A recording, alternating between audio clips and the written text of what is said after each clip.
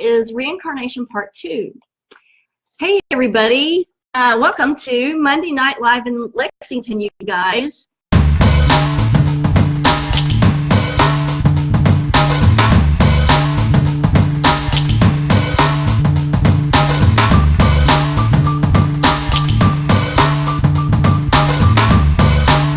My name is Kathryn Kauffman, and I'm a psychic medium here in Lexington, Kentucky, and this is my every Monday night live show where my fans and friends can chat with me about various topics. So last week we started with Reincarnation Part 1, where we just kind of went over the history of reincarnation, and we just started looking at different things about the history through several different sociological angles.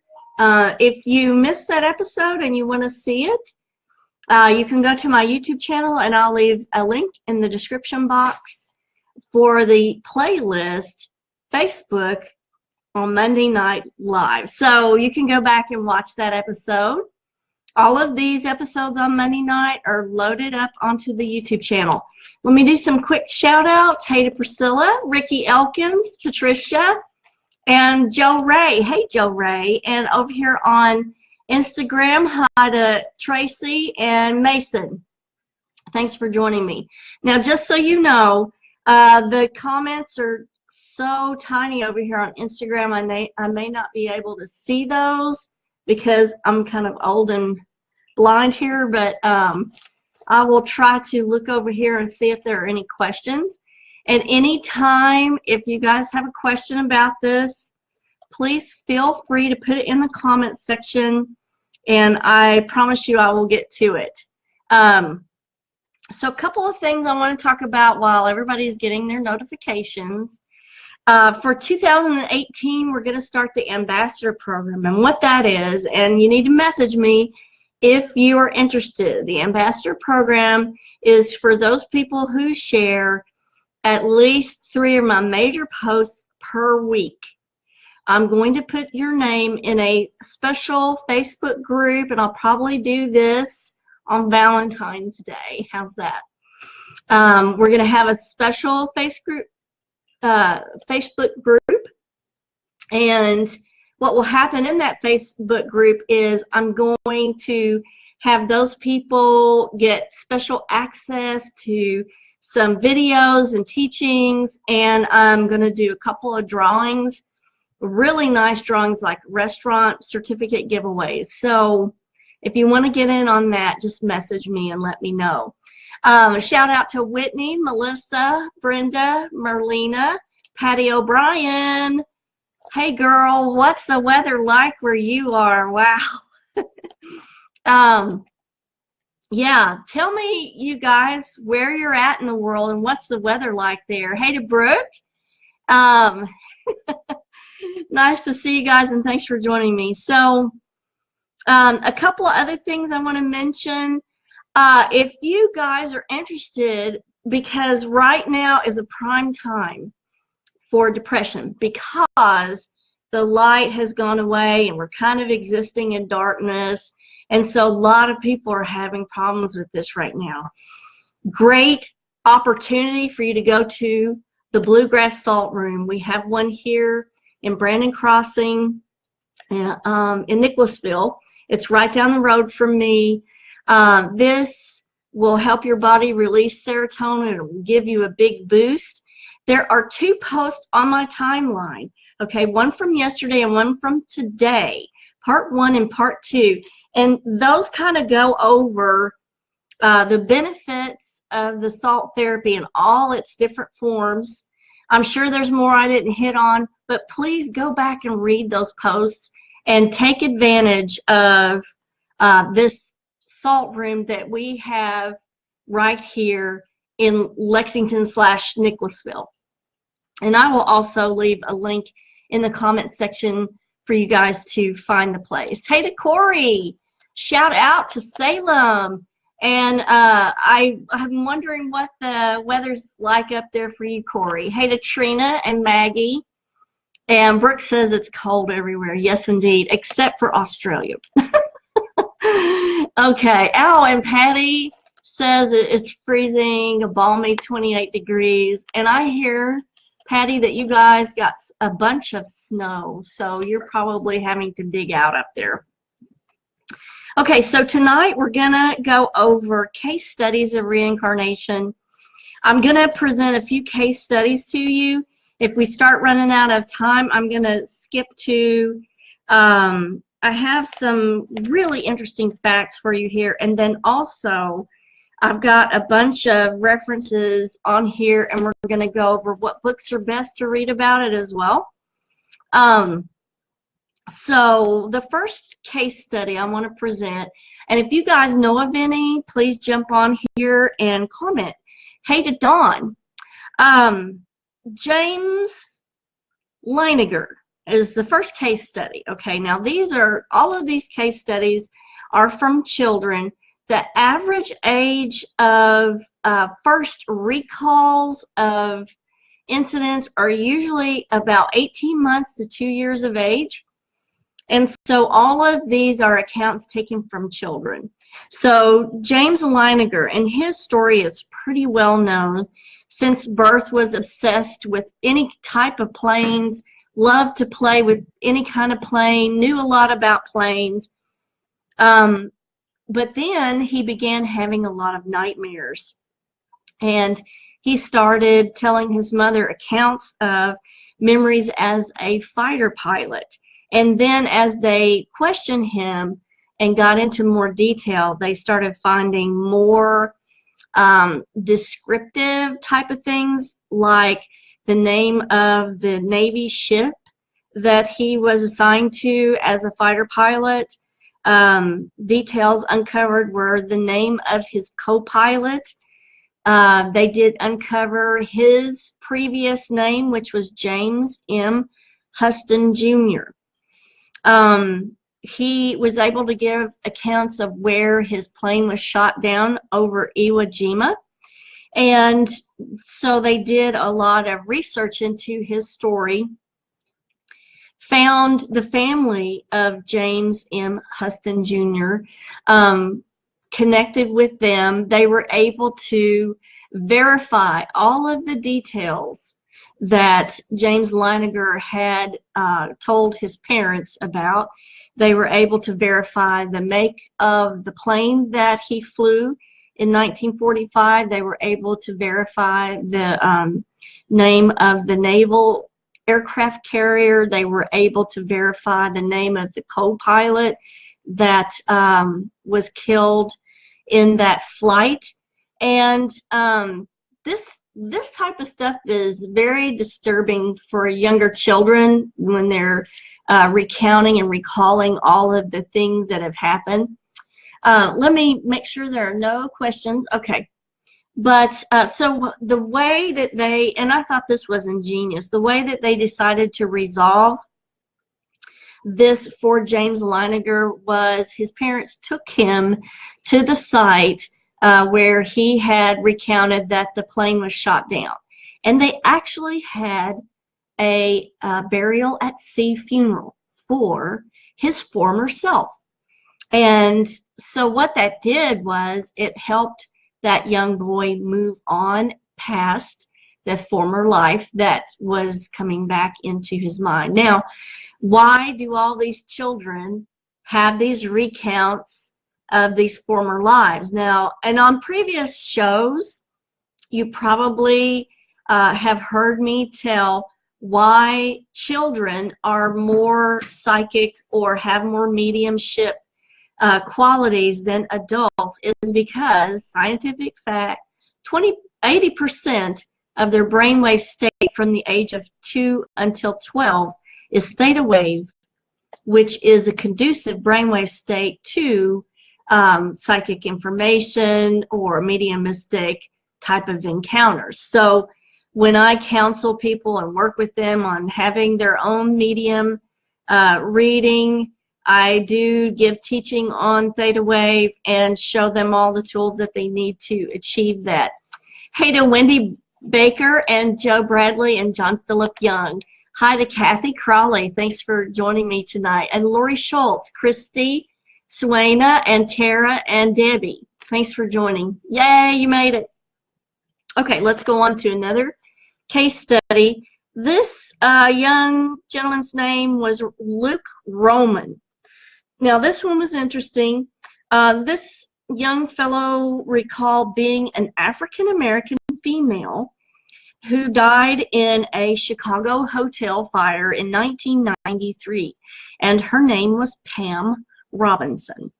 Now, the parents did do research into this, and this little fellow, Luke, recalled these details at the age of 2, and the mother investigated the facts and found them to be correct.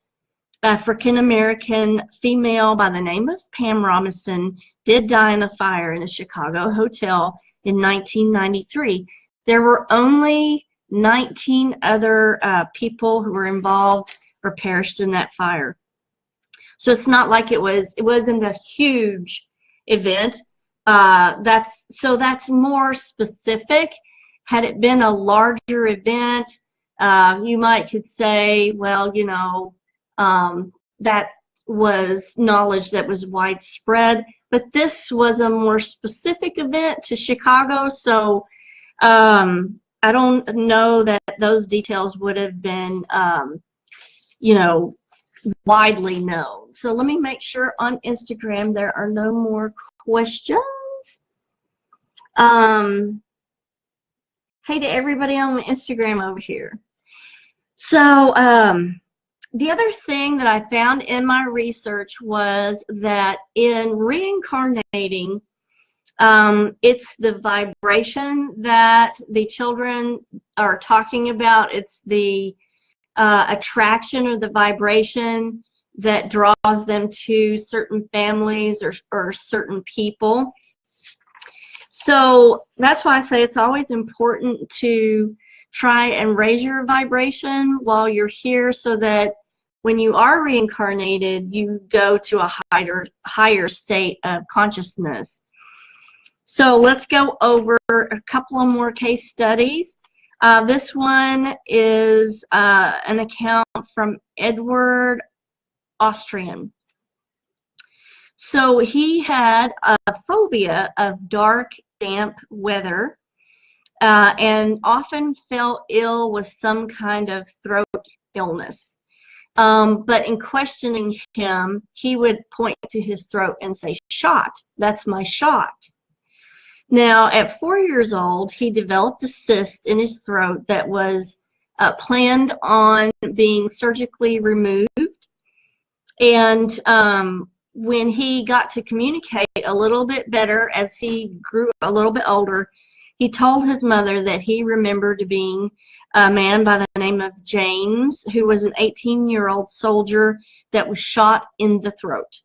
Now, after being able to recount this to his mother and talk about it, then miraculously the cyst shrunk and did not have to be surgically removed. So that was kind of interesting. Let's see if we have any comments here. Hey to Wendy and Wayne. And Joe Ray has a comment. I have dreams of being in the geisha times in Japan, and also has a woman of spiritual power in ancient Egypt. So one thing we're going to talk about, Joe Ray, is how to get to those memories and how to learn more about them. And I'm going to give you that at the end of the show here. Hey to Mick Bryan, and Joe Bradley has a comment. Joe doesn't believe in reincarnation. I believe when kids recall lives, it's them actually receiving info as young mediums. That could very well be, Joe. So let's look at the story of Gus Taylor. Now, Gus Taylor recalled life as his grandfather.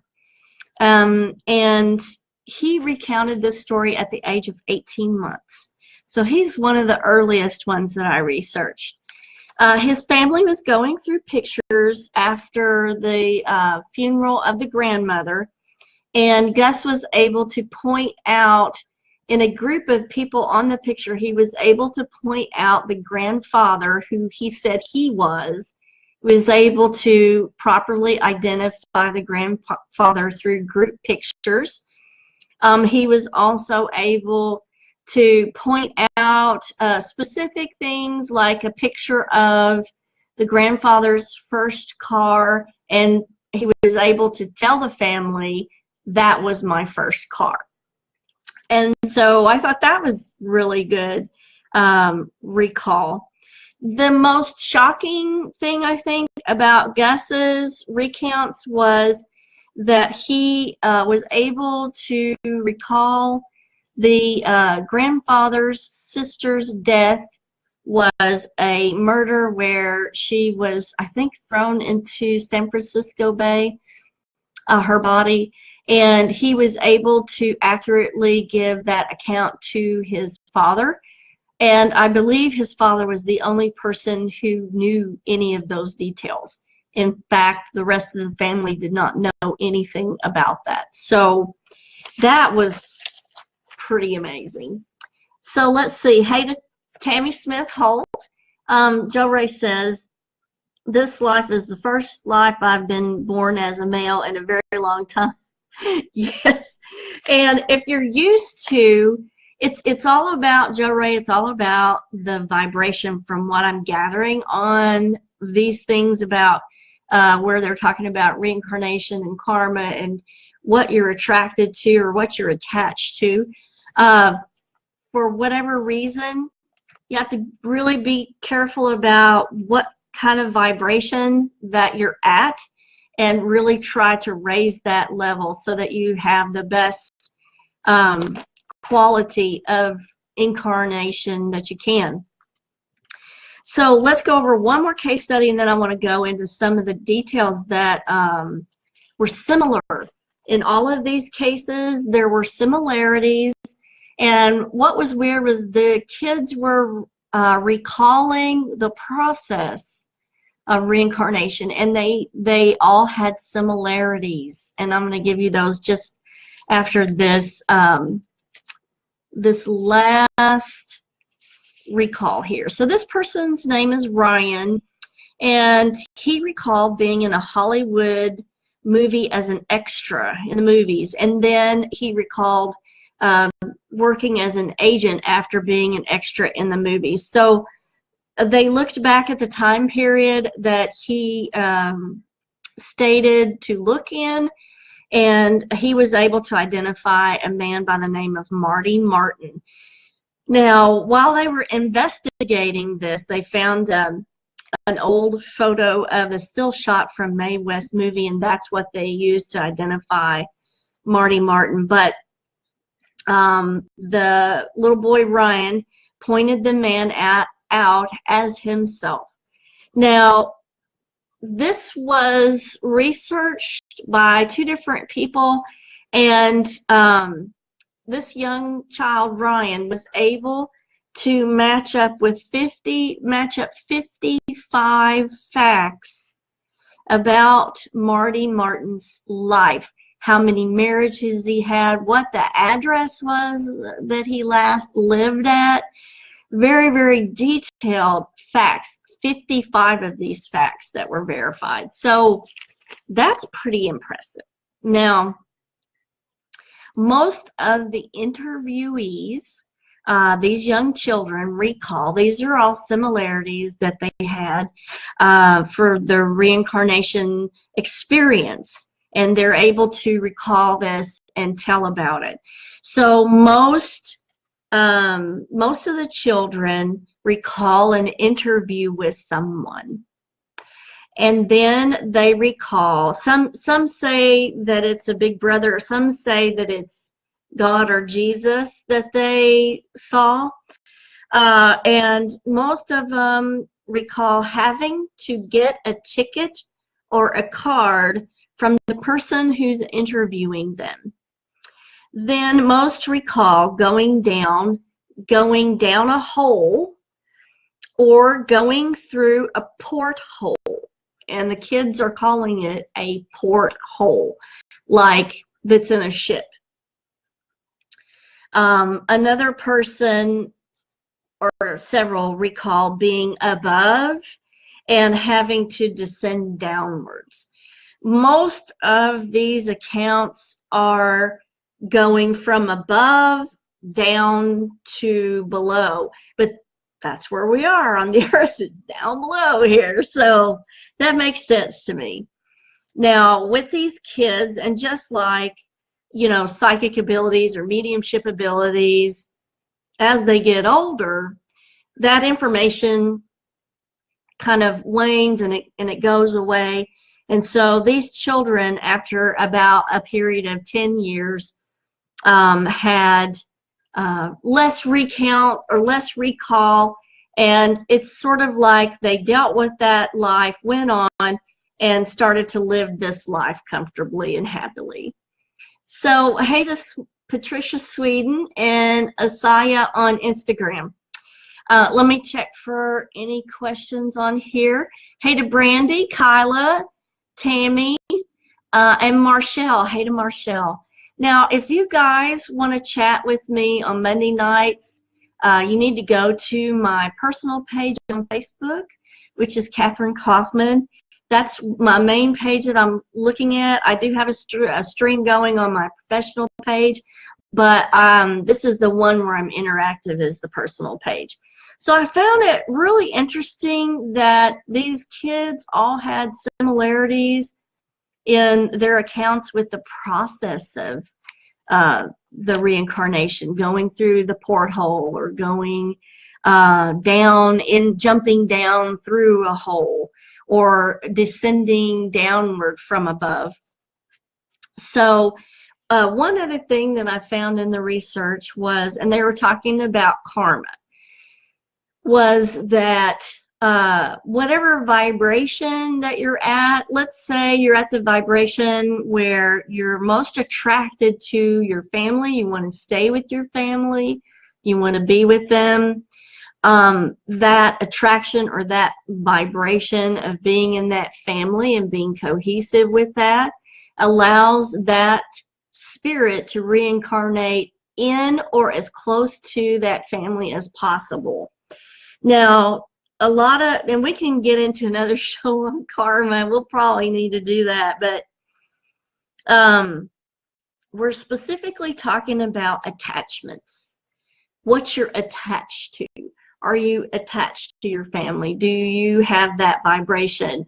Are you specifically attached to physical things? Are you just vibrating at the want and the need for physical stuff like houses, money, cars, power, success?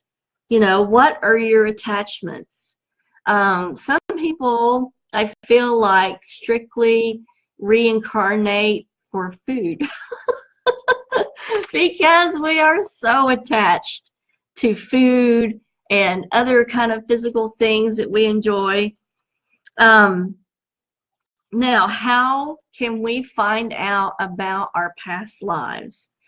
As a person gets older, these kids that were interviewed, they all, after 10 years, had their accounts kind of fade and their memories fade. Older subjects had to be hypnotized. And why? Okay, why does an older person have to be hypnotized? Now, remember what I said, that the kids from the age of 2 to 12, 80% of their brainwave state is theta. Theta wave is a big part of being hypnotized. Theta wave will allow you access to the unconscious mind. And in the unconscious mind are where past life memories are stored. Now, there's only 2 ways to get to those. Number 1, you have to be hypnotized. Number 2, you have to be, if you're not going to go pay to have a certified hypnotherapist session, you better be a really good meditator. And I mean, you know, somebody who practices every day, knows what their brainwave levels are, can target theta wave and go there. Otherwise, you really need a hypnotherapist. And I really think the best way to find out about past lives is to just spring for it and get a hypnotherapy session. So let's talk about where the levels of the mind are. So we have the conscious mind, which is up here. And that's what you use every day when you're task oriented, you're focused and alert.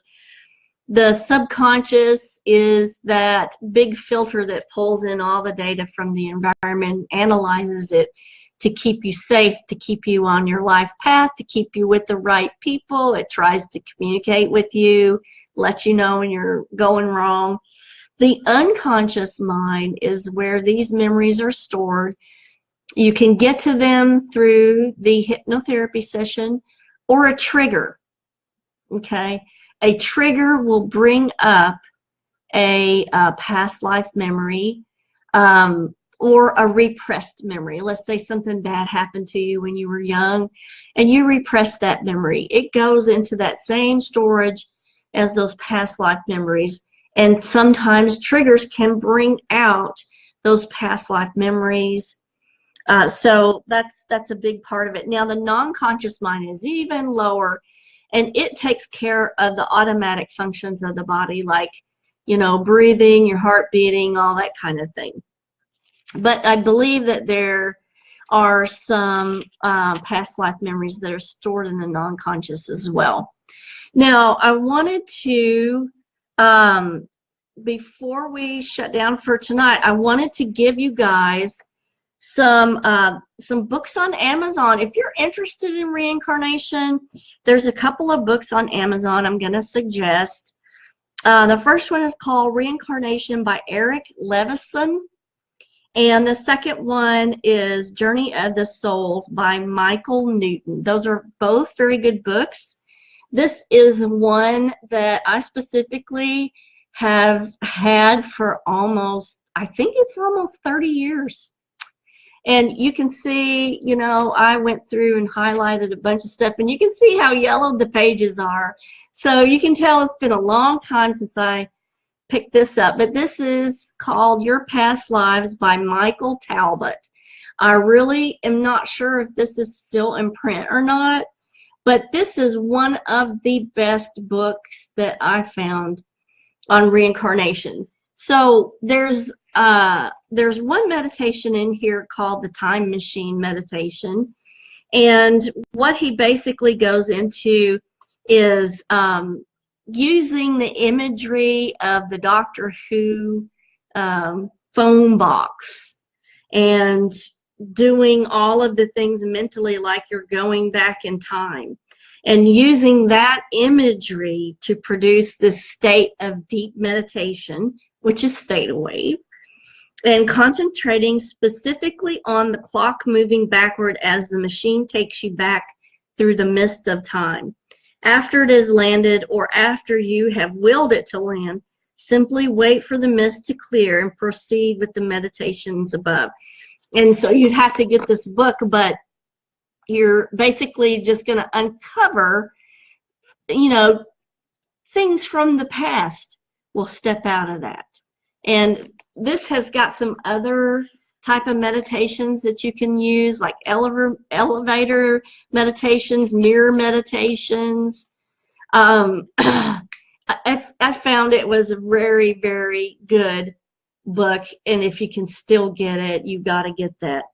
Another thing I wanted to tell you guys about, if you guys are interested in getting a hypnotherapy session, I do refer my clients to Live Today Hypnosis. Mr. Paul Bishop, one of the best practitioners that I know of that does hypnotherapy.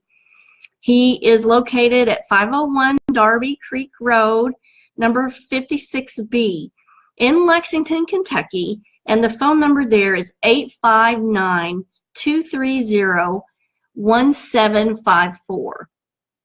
So again, that number 859-230-1754 if you're interested in getting a hypnotherapy session. Let me check for any comments. Joe Ray, what if you can't be hypnotized? That's a very good question. I'm sure that Mr. Bishop can answer that for you. I probably think there are some people that can't be hypnotized, but you know what? Binaural beats are a good way. It's a brain entrainment exercise, and it puts your brain immediately at that theta wave amplitude. So, and it's automatic, so you're hypnotized really whether you want to or not. Your brain waves change. So Patricia says, Your Past Lives by Michael Talbot. Let me show one more time that book. Yes, Patricia, the name of it is Live Today Hypnosis, 859-230-1754. Okay, I will post a link, Sheila, to his website in the comments section, and it will have the web address and the phone number and the address. So, yeah, okay. Now, let's find out what's for dinner, David. Leftovers! Yes, we had leftovers, but if any of you follow my page, you know that I posted a cocktail challenge. Oh, yeah! I posted a cocktail challenge for my dear husband today, and so when he came home and had been to the grocery, I saw 2 boxes of fresh sage leaves, and so we met the challenge. I accepted, took on, and met the challenge and made the honey winter bourbon cocktail with sage honey simple syrup. This is just the last little remnants, and he even garnished it with the sage leaves. So, and an orange peel. And I tell you what, an orange peel too. I know you can't see it, but it's slightly sweet. It's not heavily sweet, no. Which I don't like really syrupy sweet stuff. So this was perfect for after dinner. Yeah. So if any of you guys like just a hint of sage, mostly honey, with your bourbon, wow, this is a nice, really nice winter drink. So you ought to try it. The honey sage simple syrup is so easy to make. 10 to 12 sage leaves, half a cup of honey, 1 cup of water on medium heat until it starts to boil. Cut it back down to low for 3 minutes, then take it off the heat, let it infuse for 30 to 60 minutes, and then strain it. That's it. Well, I'm going to strain this through my teeth. I tell you what, I'm going to strain mine through your old kidneys and liver. Happy Monday night, everybody. Kisses from Kentucky, and I'm signing out. Later, guys.